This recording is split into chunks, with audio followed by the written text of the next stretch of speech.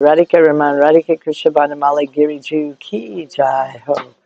Om Agana Timarandasya, Jananjana Salakaya, Chakshu Militamina, Tasmai Shri Gurave Namaha.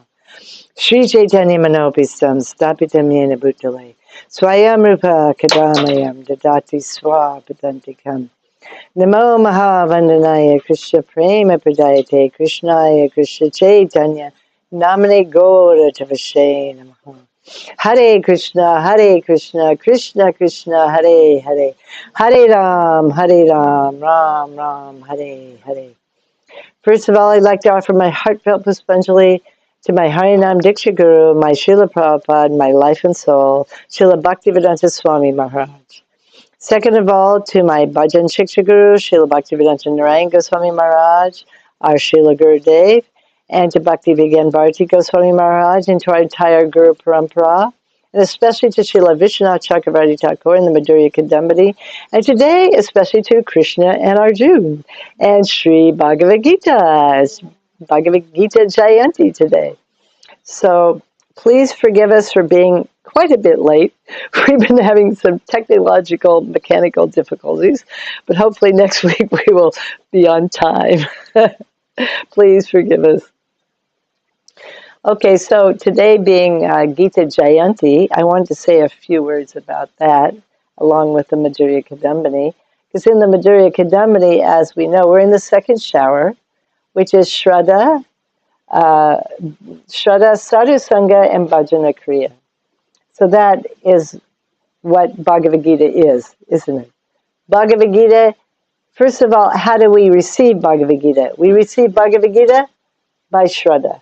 If we don't have any faith in whoever is giving us the Bhagavad Gita, we will never be able to receive the Bhagavad Gita. Not possible. If one doesn't have faith, even Krishna says it in the Bhagavad Gita, one has to have faith. And one shouldn't even give it to someone who doesn't have faith. Although what's really interesting is our Srila Prabhupada was so magnanimous and so spiritually powerful that he could even override that instruction. Because Srila Prabhupada had us, his disciples, his book distributors, going out and distributing Bhagavad Gitas everywhere, all over the world. But the thing is, it's not, the persons we were distributing to, they actually, those that could take the Bhagavad Gita obviously must have had a little faith in God or in someone or something. Because those who didn't, they could not take the Bhagavad Gita. But we were distributing Bhagavad Gitas day and night, every country, every language you can imagine. This Bhagavad Gita is going door to door to door to door, laying the foundation for Lord Chaitanya's Sankirtan movement to be spread all over the world. Then the Bhagavatam came, and we distributed Bhagavatam. And then Chaitanya Charitamrita, all of it. But Bhagavad Gita is the foundation, isn't it? Because it's teaching us the basic, what? We're not the body. We're spirit soul.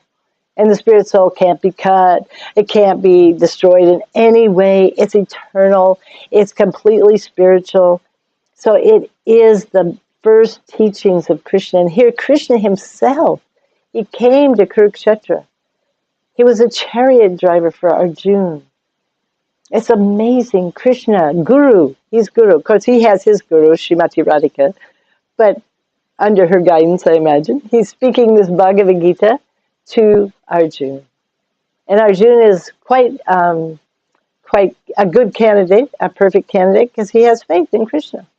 He's a devotee of Krishna, isn't he? Of course, it's a Leela. We know it's a Leela, but still, you know, at that time, by Yoga Maya's mercy, actually, he was in complete doubt.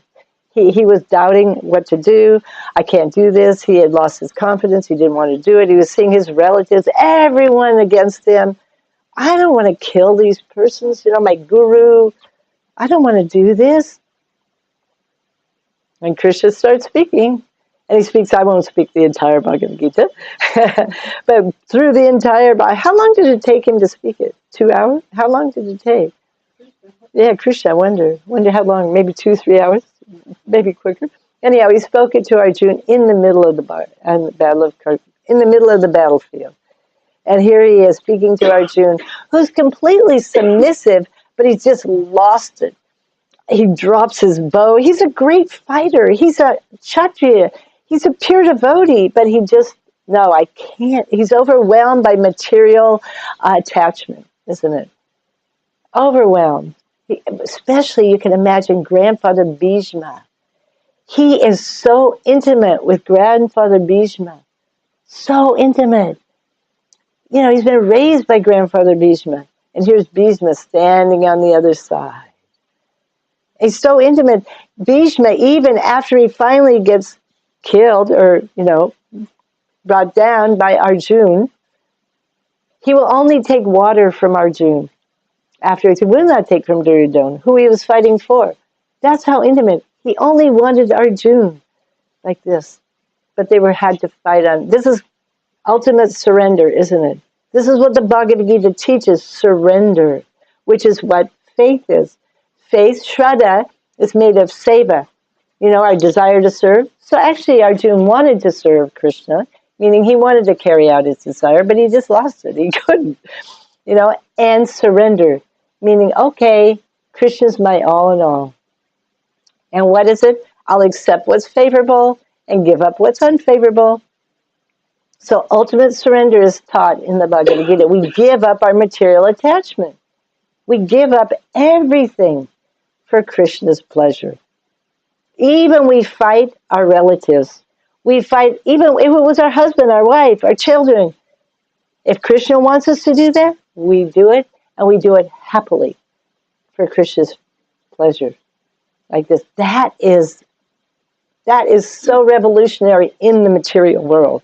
In the material world, this is actually considered almost like demoniac or something. But actually, it's just the opposite. Because here in the material world, there's really no God consciousness. The God consciousness here is just like, God is my order supplier. He's up there. And I just ask him what I want, and he'll give that to me. And if he doesn't, well, he's mean and cruel, and I don't believe in him anymore. Isn't it? Yes, that's the material world. So, but real God consciousness came with Bhagavad Gita. Sri Bhagavad Gita. Surrender to Krishna. Whatever he wants. Then one will become happy, and one will please Krishna, and Krishna will give himself. He will protect you from all sinful reactions like this. It's revolutionary, especially in Kali Yuga now. When we were distributing the Bhagavad Gitas, people were shocked.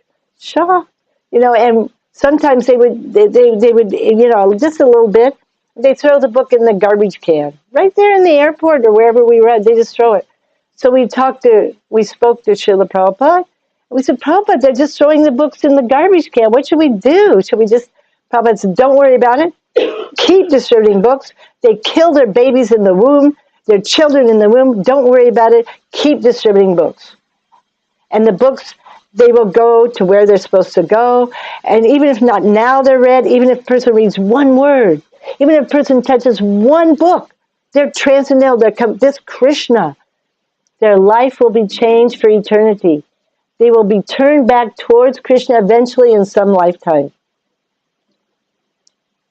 So, those of us who are very fortunate to do that, Seva, it was incredible to see. Even sometimes a person, they knew nothing.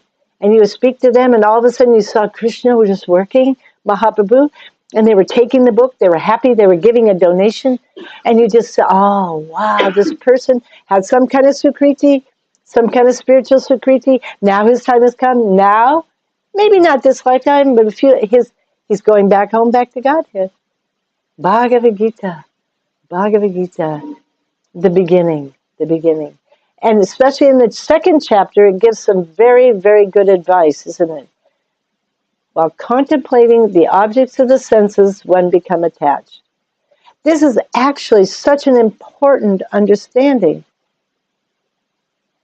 Because all the time, we're contemplating the objects of the senses, aren't we? You're smelling something. You're tasting something. You're hearing something. You're seeing something. You're touching. And it's all, how does it please me? How does it please me? This is what Bhagavad Gita explains, from contemplating the objects, because it doesn't say it in the verse, but what it is what is our consciousness when we're contemplating the object of the senses. If we're devotees, we're thinking, oh, how can I use this in Krishna's service? How can I make Krishna happy with this? But for the materialists, we're thinking, oh, how I can enjoy. So then what happens? Attachment, lust, anger, loss of memory, loss of intelligence, bloop, bloop, bloop. Then we're miserable. So this is such an important verse, actually. It's just, are we the enjoyers or are we the servants? Do we serve Maya? Do we serve Krishna? That is the most important understanding. And then finally, at the end of Bhagavad Gita, what is it? The most important verse, Man madha mad bhakto madhyaji mam namaskaru. Okay. Mam namaskaru. Anyhow, always think of me. Become my devotee. Worship me. Offer your namaskar to me, your obeisances to me. Then I guarantee you success, and you will come to me. And why am I saying this? Because you're very dear to me. And actually, every living entity is very dear to Krishna. Of course, when one is like Arjuna, then he's even more and more dear because he's actually an intimate associate. But every jiva has the potential to be an intimate associate of Krishna and to be very dear.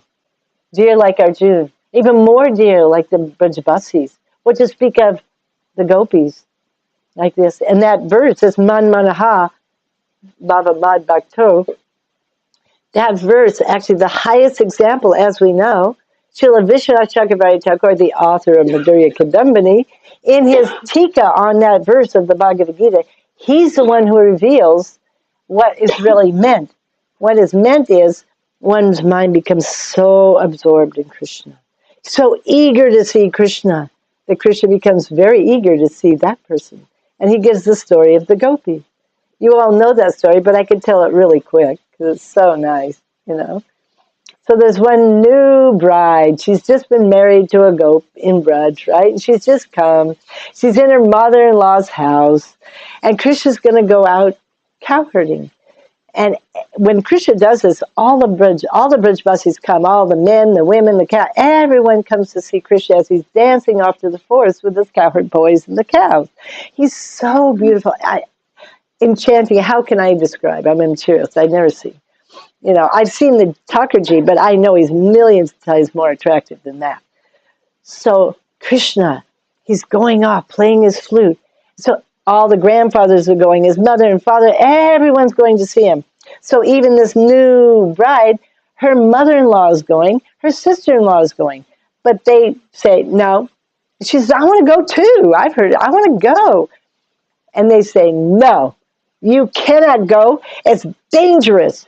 There's a poisonous snake going to go, and if he bites you and you get the poison, you'll never get it out. Never. So you can't go. And then Krishna starts going, right? And they run off, because they're trying to, you can't, and they try and, you got to stay in the house. So what does she do? She goes to the door of the house, and she just opens the door a little bit, so she can see out, but no one can see in, right? And she's eagerly waiting and waiting. So Krishna's coming, and Krishna's very eager to see everyone, but he's most eager to see the gopis. And they're all glancing at him, all the other gopis, and he's very shyly, but very effectually accepting all those glances and glancing back. But actually on that day, Vishwanath Chakravarti Thakur, he explains that Krishna really, number one, he wants to see that new gopi, because no one's as eager to see him as she is. She is so eager. So eager. And she's just looking. And so he does a trick, right? We know. He takes the tail of the calf and he just like this, and just like as if the calf's been trained, the calf runs towards that door, right? Where this gopi is hiding. And Krishna runs after the calf. And as soon as he gets in front of the door and she's seeing, he does his tribhanga, his threefold bending form, most beautiful, and plays this for a little bit, and he steals her heart. Her heart and her mind go with Krishna. That's what he wanted. He wanted this, and he goes. And she is completely stunned in ecstasy. She can't think, she can't move, she can't do it. She's just completely overwhelmed with pride, right? Her heart is stolen by Krishna, which is what we want. And so when her mother-in-law and sister-in-law come back, She's still standing there, just a half hour later. And they're, oh no, you've got this poison in you. Oh no. And they try and shake her, but nothing. Okay, so you go over there and you churn some yogurt. Well, she can't even figure that out. She finds some mustard seeds and she tried to churn the mustard seeds, and that doesn't work. So then you go to a well and you bring us some water and you carry this baby along with you because you have to take care of the baby. And they give her a rope, and so she goes to the well, and she's so in another world that she puts the rope around the baby and starts to put the baby down the well to get the water. So the neighbors are saying, oh, what? No. And they stop her, and has she been attacked by a ghost? But those that know, they say, no. The ghost is Nanda's ghost. This is her mind has been stolen, right? So as Vishwanath Chakravarti Thakur says, this is Manmaha. How's that? I can never say. Okay, that's what it is. This, when our minds are so absorbed, that's the topmost teaching of Bhagavad Gita. And then the next verse, because we'll be getting a little bit. For us at our level, we're talking. Bhagavad Gita is really for our level, right? So we're thinking this, okay, and then, so then Krishna, he assures, just surrender to me. Just surrender to me. Believe me. Just believe me. And I will protect you from all sin, from everything. Just believe me. Have faith in me. That's the Shraddha. Shraddha is the foundation. If we have Shraddha, but Krishna's our maintainer and protector, whatever he wants, we will do. We just want to please him. I have nothing but him. I just want to serve. And by serving, all our other obligations are taken care of. That is transcendental Shraddha. You see? But it comes from the next stage, which is sadhu sangha. Isn't it? How did we even obtain this knowledge? By some sadhu, by some Vaishnava, by Guru. He spoke Bhagavad Gita to us, gave us Bhagavad Gita. I remember when I was a hippie, somehow I got Prabhupada's first Bhagavad Gita. It wasn't the big one. It was a small paperback. It was purple. And I remember I went to the ocean. I was still a hippie, and I was just reading it, And I didn't really understand, because I was just spaced out hippie, But I just felt so good reading this book, and I didn't put it down. I read the whole thing, at the beach. And it has such an effect on me that then I just started to go to the temple, and so many things happened. Even though I didn't really, I could understand the words. I wasn't silly, but it's like still, But it was this Bhagavad Gita. The whole transcendental world is actually there in a nutshell in the Bhagavad Gita from beginning to end, Because it actually shows you the topmost from Shraddha to Prem. Because always in Bhagavad Gita it says, those bhakti yogas, who are fully absorbed in me, they're the topmost. Teaching of Bhagavad Gita, right? Isn't it? And after that, then you go on to Bhagavatam, Chaitanya Charitamrita, Madhurya, Kadambini, like this. So all glories to the Bhagavad Gita. We're so fortunate to have Bhagavad Gita, isn't it? And it tells us what to do, bhajana kriya, too. You hear, chant, remember, like this. So we were talking about last week's Shraddha quite a bit, and sadhu sangha. And the thing is, with sadhu sangha, it's like there's different levels of sadhus and Vaishnavas. But actually, every sadhu, every Vaishnava has some little something. But they may have bhakti. Because there is today, there cannot be a Vaishnava or a sadhu without having some form of Bhagavan as there is today. Like this. Must be. Then there's some kind of sadhu. They may not have the best behavior. Then we don't go so close. Or they may not have, or their realization may not be so evolved. They may not have had actual darshan of Krishna. They may not be descending from the spiritual world. So they have that bhav, that prema in their heart. They may be coming up. Kanishta. Kanishta is very, what's the word? pliable? No, not pliable. You know, their faith is not completely strong. Yes, shake is one thing. Weak. Yeah, yeah, they don't have complete, solid faith in Vaishnavas, in the Shastras, but they have some faith, and they're doing. Usually, if they're doing deity worship like this, they're doing something.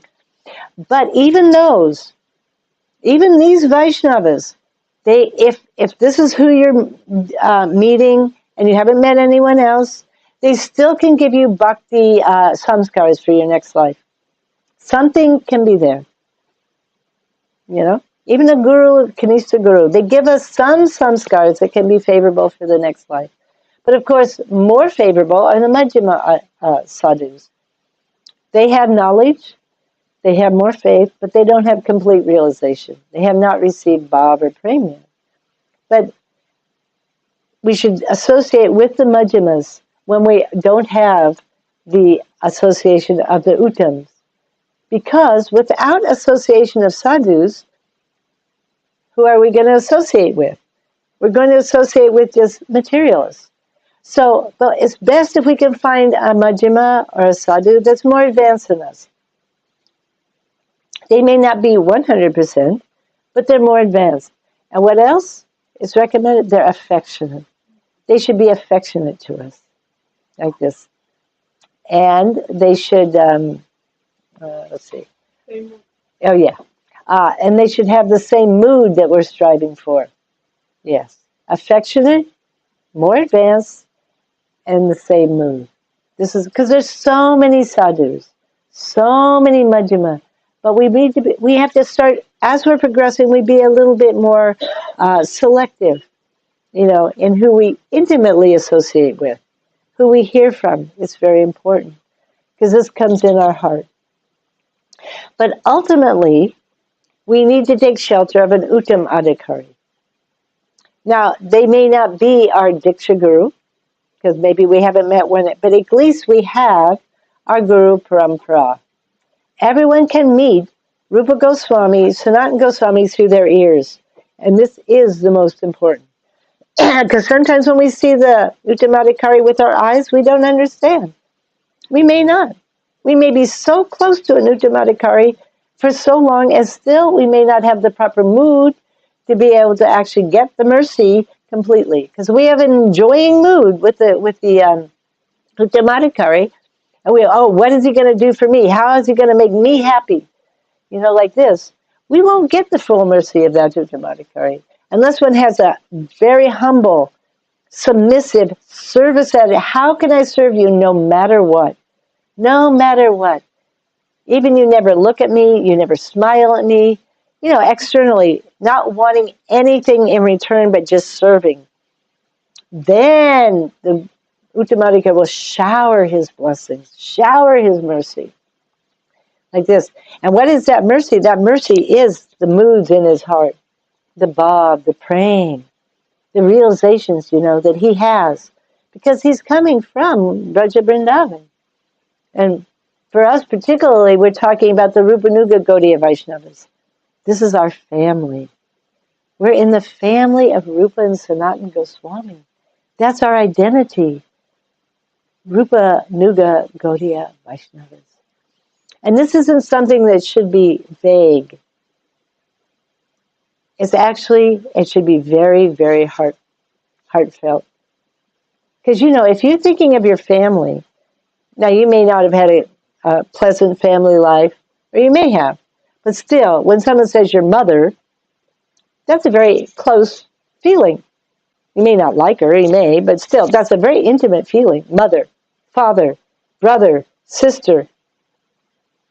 We should feel even more close than that. Intimate relationship with Rupa Goswami, Sanatana Goswami, Raghunath, the 6 Goswamis are entire Guru Varg. They are our family. Like uncles, like the, you know, brothers, like this. So how do we get that feeling? By associating and serving them with our heart and soul. By hearing, by carrying out their instructions. Then they will say, they'll say, And then they'll bring us close. They'll bring us close like that. Now, that's one reason why it's very favorable to live in Vrindavan. And if one doesn't live physically in Vrindavan, one should make one's mind and heart and one's room, bhajan kutir, wherever you are, all over the world, whether it's South America, America, wherever it is, Russia, wherever you're at, you should make some place that's really Vrindavan. And you should understand that the proprietor of that place, then this is your home. Vrindavan is our home, the home of the sadhus that we want to associate, that can give us everything. The Rupa Nuga Gaudiya Vaishnavas. So the proprietor of our home is Rupa Goswami and Sanatana Goswami. They are the head of the house, you might say. There are like, I mean, if you want to put it in familiar terms, like uncle or grandfather, or whatever, but still, our best friends, our bandhus. That's a better way to think of it. Bandhu means more than friend, intimate. You can say anything to your bandhu. You see? That is Rupa Goswami, Sanatana Goswami, Raghunath Das.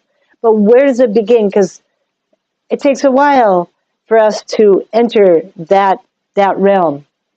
It begins with Sri Guru and the Vaishnavas that we do know.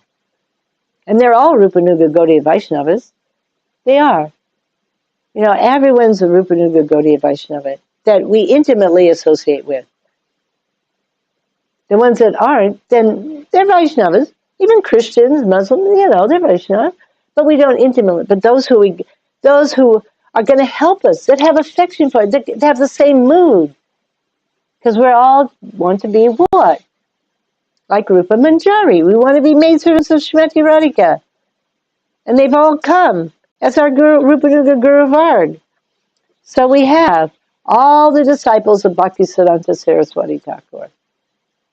They're all here. They haven't gone anywhere. Bhaktisiddhanta's here. Bhaktivinoda's here. They're all here. Did they die when they entered Nitya Leela? No, they haven't died. They're ever present.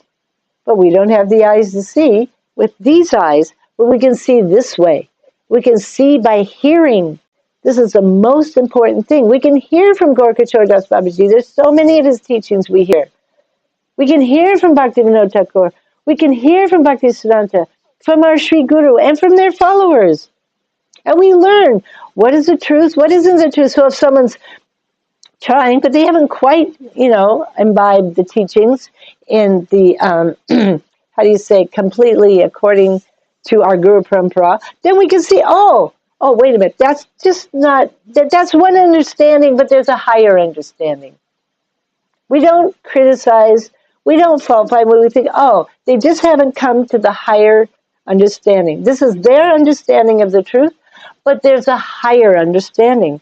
And that will come when we sincerely hear from the bona fide Guru Parampara, from Bhaktivinoda Thakur, Bhakti Vaibhav Puri Goswami Maharaj, Bhaktivedanta Narayana, Bhaktivedanta Swami. When we hear and we study and we have istagosi with like-minded devotees, that's what Bhakti Pragyan Keshav Goswami Maharaj said. In the absence of a pure devotee, Uttamadhikari, you come together with book Bhagavad Gita, Srimad Bhagavatam, Madhurya Kadambini, and you have istagosi.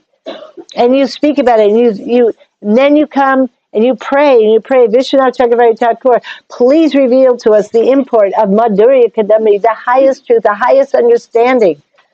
Like this, please. And you speak with others, and then you come to some understanding over time, like this. It's very, very important. And we do Harinam. Harinam. And we pray deeply when we're chanting our Harinam. And we do it in a way where we can really concentrate. And we do Harinam Sankirtan with other devotees too. Either as the Sagosi speaking or having bhajans, kirtan together. Very important. Extremely important. So this is the process. And if we do this, you'll feel very close. Like most of our bhajans are the bhajans of who? Bhaktivinoda Thakur, Narottam Das Thakur. And if you do this year after year after year. Believe me, because I started in 1972. It's been 50 years now. I mean, I still got a long ways to go, but I feel so close to Narottam Das Thakur. I feel so close to Bhaktivinoda Thakur. I'm so grateful. And all the teachings of Srimad Bhagavatam, all the teachings are in their songs. What to speak of Ujjwala Nilamani, Bhakti, it's all there in their songs. Everything is there. It's very important. And that topmost sadhu sangha, of course, is the Brajvasis, and of course the gopis and Srimati Radhika, right? This is the topmost sadhu sangha. And she herself has come in this day and age as Gadadhar Pandit. And she herself has given so much to Krishna, so he's come as Sachinandan Gaurhari, isn't it? So this is the mercy of Prem Guru, Srimati Radhika, this Sankirtan movement, actually. And then you have Swarup Damodar, Lalita, Rai Ramana Vishaka, Rupa Goswami, Rupa Manjari, Sanatana Goswami, Lamanga Manjari, coming down, down, down. This is the mercy of the gopis, actually. It really is. We're so fortunate. And that's what Mahaprabhu, Radha and Krishna combined, has come to give. He's come to give what the jiva, what we can actually attain, which is that Manjari Bhav, that Radha Dasya. That's what it's all about. And these are the sadhus that we want to associate, who have that mood. And by having that mood, what can they do? They can awaken that potential in us. They can do it. But when will they do it? They will do it when they become pleased, isn't it?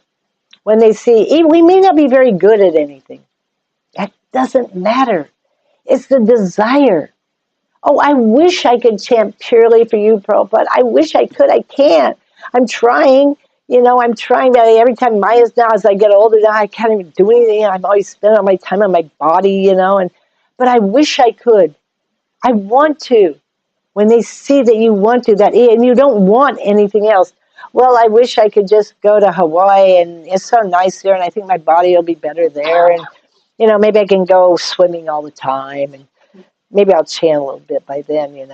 No, it's because my body, it hurts so bad. Oh gosh, this is really tough. Vrindavan's so tough. Oh gosh, let's just go to Hawaii.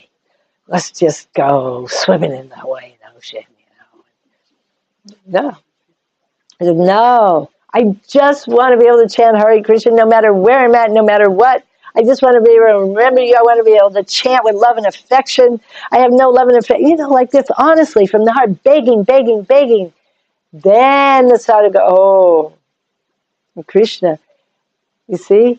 And this kind of sadhu who has this potential in their heart, not potential, the reality in their heart that can shower on us, how is it that they have that? Later in the Madhurya Kadambini, it says some very beautiful things. It says, this kind of person, Bhav and Prem, what they have in their heart, their bhakti has become so fragrant. It's become so beautiful, so pure. It's like a flower that's attracting the bee of Krishna, right? And the bee comes for the nectar. And their heart is melting. This is Bhav, the heart starts to melt. And in praying, the heart is melting, melting, melting. And what is that? It says that melting is actually an abhishek of Krishna.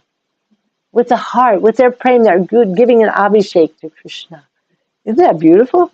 Abhishek. Just showering. And Krishna is so attractive. He wants to come and receive that abhishek. And what's the topmost? Isn't it? And they want the foot dust. Isn't it? Until we get the foot dust of the pure devotees, like an abhishek. We'll never get Krishna. Krishna is just wanting that, especially from Srimati Radhika, isn't it? He goes to her feet. Please, please, please, smara garla kandanam. You can put out that fire that's within my heart. Your foot dust.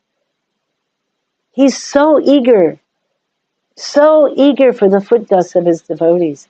In fact, in the 11th canto of the Bhagavatam, It says he's talking, I don't know if he's talking to Uddhava or I forget who he's talking to. And he's talking about his pure devotees, how pure they are. And he says, I just follow after them because I want to get purified by their foot dust. How? This is Krishna. He's following after the gopis to get their foot dust, to get purified. He's following after the cowherd boys. He's following after Mother Yashoda. He's even come as Nitai Gaur, and the entire, following after all the conditioned souls, because he wants our potential to become manifest. He wants our potential to an intimate associate of his. You know, he wants our foot dust, but he can't take it until we're manifest with praying. When we're manifest with praying, when when our Siddha Deya, we're identifying where we are, you know, that person that is our potential now. We're thinking we're this body, you know. But when we actually have our Siddha Deya and we're actually a gopi, a cow, whatever, and we're praying, we're just loving Krishna without praying, then he's running after us. And you heard in Brihad Bhagavatamrita, when Gop Kumar finally gets to Braj, I mean, Krishna is so, he just runs to Gop Kumar, embracing him, and they roll, and he says, I'm so happy, thank you for coming, thank you, thank you, thank you. Krishna is thanking. He'll thank us for coming when we finally get there. So we're really foolish if we want to stay here. You know, we're really foolish if we don't just try and understand. It's just the desire. The desire is the most important thing. Prabhupada says in one of the purports of his Bhagavad Gita, I forget where, that just by that desire alone, Krishna will make you perfect. Even if you can't do anything right. You can't stop smoking because you're a habitual smoker. You can't stop this. You can't, but you wish you could, and you don't want to, and you only really want to please Krishna, and you really only want, you know, like this. Krishna will ultimately help you. He will help you, and you will become successful. So it all depends on desire. What are we desiring? And we have to be so careful because Maya tricks us so easily. Oh, yes, I just want to be Krishna's, you know, servant. Oh, yes, I just want to, and we think, oh, yes, I know that. That's what I desire. And then all of a sudden it gets 50 degrees out here. And you think, oh, God, I wish it was so cool. It's so hot. I wish I had an air conditioner. What a waste of, what are we desiring? Instantly, Maya is so easy. We're so fallible, isn't it? She can think of some way to get us to desire something that isn't Krishna. She's so tricky and so strong. It isn't even very difficult. All she has to do is make it too hot or too cold. Hare Krishna. That's really easy. So how strong our desire has to be. So as soon as we realize that, oh, I'm desiring something other than to become the maidservant of Srimati, I better, please don't listen to that. Don't listen that I want an AC. Don't listen that it's too hot. Please, just make it so that I don't feel any of this. Please, let me just want to serve you so much that I don't even feel it. You know, like Haridas Thakur. Haridas Thakur was being beaten in 22 marketplace. He didn't feel it. His praying was so high. He was so high. His chanting of Hare Krishna was so pure. He was in ecstasy. He didn't, So this is what we have to, no matter what, we're in the middle of war. People like Yad Bharat. He was going to be offered to goddess Kali, a human sacrifice. They had the big sword out. They were going to cut his head off. He was undisturbed. Undisturbed.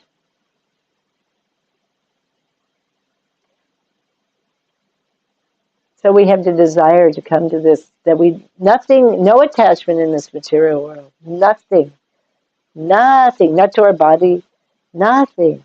And we have complete faith. We are an eternal spirit soul. And by serving Krishna, everything is taken care of. We just want to serve Krishna, or serve Jugal Kishore, Radha and Krishna. It gets refined. Just want to be the maidservant Srimati Radhika and serve Krishna as Radha's, like this. And then this will all go. This actually, the material was just a dream. It's a dream. But the senses are a big hazard. A big hazard. Yoga, bhakti yoga. Bhagavad Gita, control the senses. Observe, use the senses to serve Krishna. And begin, even if we don't have affection, because we don't. How can we have an affection? We have a lot of affection for the body and the mind and our ego and like this, And for our mother and our father and our this and that, and our country and our this and our that. It's a habit. It's a conditioning. That's why it says, in Bhagavad Gita, it's so good. They're talking about controlling the mind. And what does Krishna tell Arjuna? By constant practice and detachment. Because the mind is more restless than the raging wind. Most difficult. Constant practice, constant chanting, but not just, mindless chanting. Our chanting gradually should become a prayer from the heart, a crying out from the heart. Our chanting should be, and little by little, we should make sure at least some part of our day we chant some quality Hare Krishna. Even if we chant really slow, it doesn't have to be like a robot so we get a one lap done. But at least some, and calling out and remembering Radha and Krishna and their pastimes. This is what the holy name is. It's this Radha and Krishna Jugal. So it's very important. I guess I can go a little longer because we started a little late. So this is Bhagavad Gita, and this is Madhurya. Actually, the teachings of Krishna and all of his followers are pretty simple, and they're actually all the same. But because we need to hear so many different things, So we have Bhagavad Gita, we have Bhagavatam, we have this, we have Madhurya Kadambini, we have Ragvartmika Chandrika, we have Bhakti Rasamrita Sindhu. But it's all really simple. It's all condensed in that one side. It's a Padma Purana. Always remember Krishna and never forget Krishna. I think it's a Padma Purana. Everything else is a servant of that one particular sloka. Always remember Krishna and never forget Krishna. And then we should add to it with love and affection. Because we don't want to be Kamsa. Kamsa was absorbed in Krishna day and night. But it was in fear. We want bhakti. We want ultimate praying like that. This is so important. I'll tell you a really sweet story on that. I met Srila Prabhupada in 1972, June 8th. And I joined the ISKCON Los Angeles about a week or so later. I flew to Los Angeles. And I was initiated on Balaram Purnima, so that's in August, maybe August 25th or something like that. And for some reason, because I had read the Krishna book, I think as a hippie, when I read the Bhagavad Gita. And for some reason, I really wanted to get the name Vrindavan. I didn't think of anything. I just love Vrindavan. And I thought, oh, wow, this Krishna book, this is what we were looking for when we were hippies. This is, we didn't get this, but this is what we really wanted. And so anyhow, it was a big initiation. And Prabhupada was giving, he was really in a Vrindavan mood. And he was giving the names Gopinath, Madan Mohan, Vrinda Devi, Vrindavaneshwari, so many. But I was the very last person. I was so last that the tape cut off before then, and it's not even recorded. So I wanted to hear it, but you can't. The tape ends. Anyhow, so Prabhupada called me up, and of course he asked everyone, he always did, what are the 4 regular principles? So you say that. But I wanted to make Prabhupada really happy, and I wanted to make him laugh. So I looked up at him, and I went, always remember Krishna and never forget Krishna. And he really liked that. He laughed and laughed. He really liked that. And I'm just like a 2-month devotee, And he said, your name is Srimati Vrindavana-vilasini Devi Dasi. It's a name for Srimati Radharani, the one who enjoys in Vrindavan.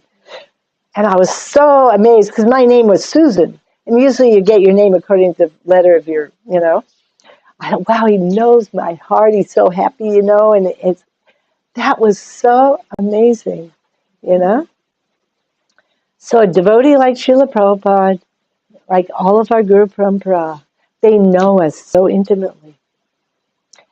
Like Prabhupada's family, he's coming from Rupa Goswami, isn't it? And what does it say in Bhaktivinoda Thakur's song? He's talking about Krishna. But for us, we take it as for the representative of Krishna, our Sri Guru.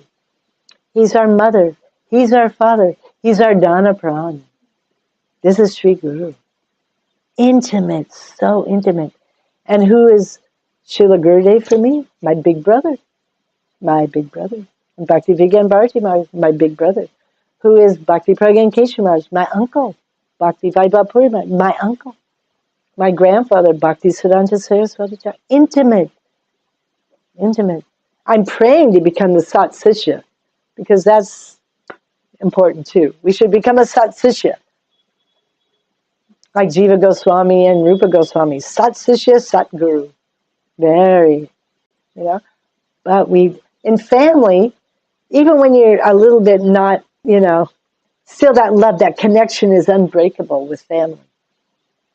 Like this. So we should strive to be, we should understand that we are in the family of Rupa and Sanatana. And they're family, isn't it? Jiva Goswami, they're family. Like this. And not only that, what is the prayer of Raghunath Das Goswami? He wants to become the foot dust of Rupa Goswami. With a straw in he's, please let me be your foot dust also. So there's that dust, wanting to take the dust, the abhishek of the devotees. They're dust on our head. And the dust is also the followers of Rupa Goswami. And this, as Bhaktivinoda Thakur, the dust of the lotus feet of Priya is so favorable for our sadhana, for bhakti. Upadeshamrita, we should take it to heart, try our best, and if we can't do it very well, at least wish we could. Wish that we never criticized ever in our life, that we never fault finded ever in our life. Wish that we were like that we had that so much love and affection, that we only see, oh, here's a spirit soul that's suffering. He's suffering. No matter what's coming my way from them, they're suffering, they're a spirit soul, and then whatever I'm getting is my due course anyhow. And we just wish them well, wish everyone well. This is Nitai, isn't it? Akhanda Guru taught Nitai. Was it Madai or Jagai threw? Madai threw the at him and, to kill him. He was just complete compassion. Complete compassion. That should be it. No matter what's coming, we feel compassion. One time, the devotees asked Prabhupada, because there was a war in Calcutta when he was there once. And they were asking Prabhupada about, the bombs falling and stuff. And Prabhupada says, we just see Krishna's coming. Krishna's coming. Because for us, that might not be so great, because we might think, oh, that horrible Krishna. But for someone, a pure devotee, they're thinking, oh, my sweet Lord is coming. My sweet Lord is coming. You see, we have to get to that level. My sweet Lord is coming. My sweet Lord.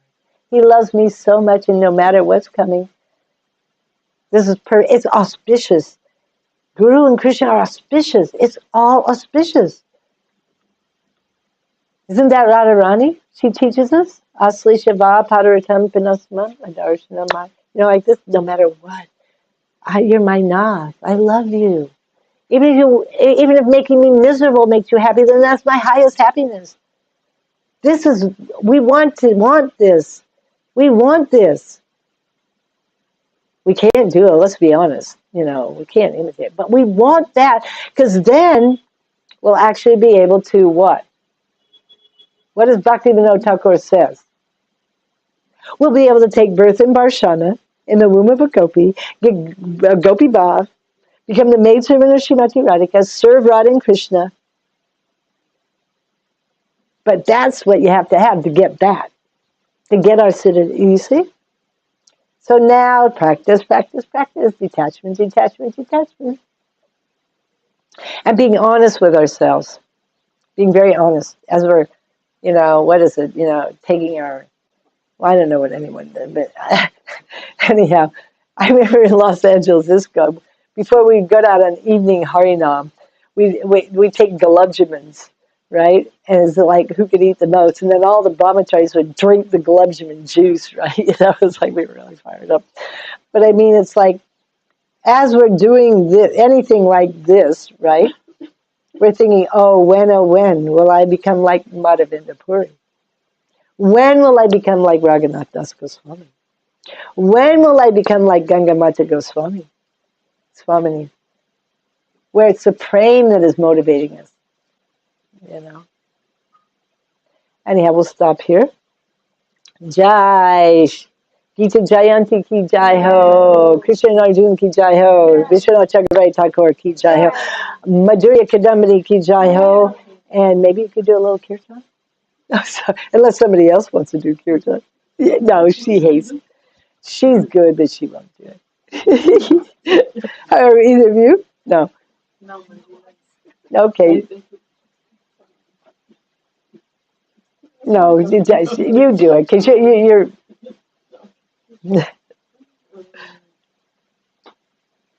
Sri Krishna Chaitanya Prabhu Nityananda Sri Advaita Gadadhar Srivasadi Gaura Bhaktavrinda Sri Krishna Chaitanya Prabhu Nityananda Shri Advaita Gadadhar Srivasadi Gaura Bhaktavrinda Jaya Sri Krishna Chaitanya Prabhu Nityananda Shri Advaita Gadadhar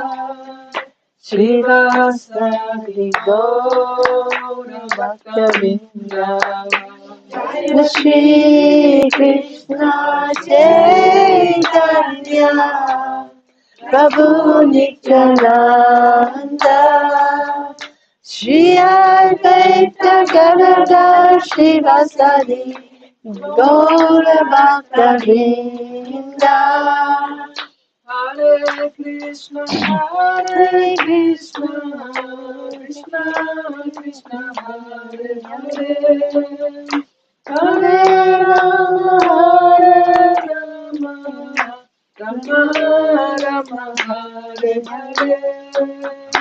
Hare Krishna, Krishna Krishna, Hare Hare, Hare Rama, Rama Rama, Hare Hare, Hare Krishna, Krishna Krishna, Hare Hare, Hare Rama, Rama Rama, Hare Hare. Hare Krishna, Krishna Krishna, Hare Hare, Hare Rama, Ram Ram, Hare Hare. Hare Krishna, Krishna Krishna, Hare Hare, Hare Rama, Ram Ram, Hare Hare. Hare Krishna, Krishna Krishna, Hare Hare, Hare Rama, Ram Ram, Hare Hare. Hare Krishna, Krishna Krishna, Hare Hare, Hare Rama, Ram Ram, Hare Hare. Nitai Gaura Hari Bol, Hari Bol, Hari Bol, Nitai Gaura Hari Bol, Nitai Gaura Hari Bol, Hari Bol, Hari Bol, Nitai Gaura Hari Bol.